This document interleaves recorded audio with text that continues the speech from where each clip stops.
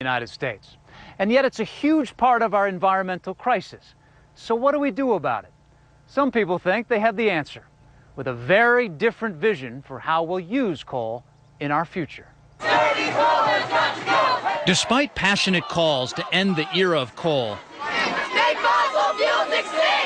and in the face of mounting evidence that burning it is a leading cause of climate change, they're building more and more coal-fired power plants. And you can't solve the problem if you do that. The general consensus, at least for now, is that coal will be part of our energy mix for the foreseeable future. People have been burning coal for 100 years. We have a plentiful supply of it. It's been cost effective. All the plants have been designed to burn coal. But is there a way to burn it cleaner, to lessen the impact on the environment? Welcome to the home of FutureGen. This man says yes. Mike Mudd is the CEO of FutureGen, a power company with plans to turn this into this, one of the most advanced coal-fired power plants in the world. There's no doubt that technology can be used to make coal very, very clean. Today, we burn coal directly to produce electricity, releasing tons of CO2 in the process.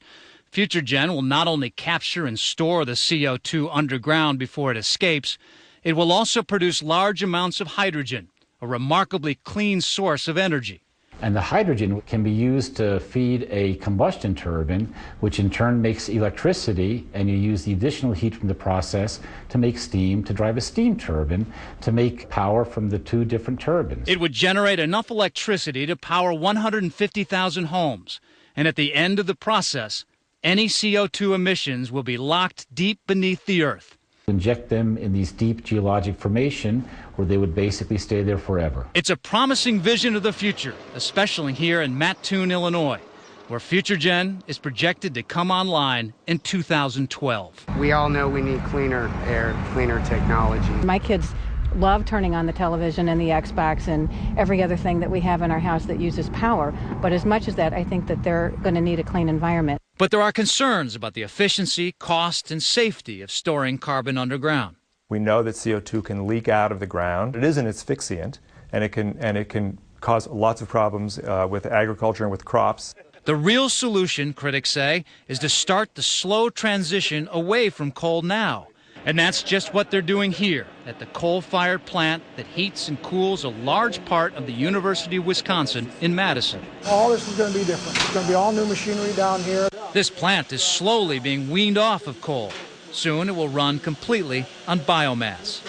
The paper, the tires, the wood waste, and the coal all goes in together and then gets burned by traveling grates. This will be a completely coal-free operation by 2012, creating an 80% drop in the release of carbon dioxide into the atmosphere. Now we have it right here. We don't have to put it on a train from West Virginia. We don't have to create the environmental issues of coal mining. And we don't have that huge air emission profile going into what we all breathe every day. Regardless of what both sides argue, clean coal or no coal at all, everyone agrees that while we figure it out, embracing an energy portfolio that includes renewables like solar, wind, and tide is key to a long-term, clean domestic energy supply. In the end, perhaps the biggest obstacle coal advocates face is that coal, like gas and oil, is a limited resource, which means no matter where you stand on the fossil fuel divide, it's in everyone's interest to continue developing alternative forms of energy. Until next time, I'm Bob Woodruff. Thanks for joining us.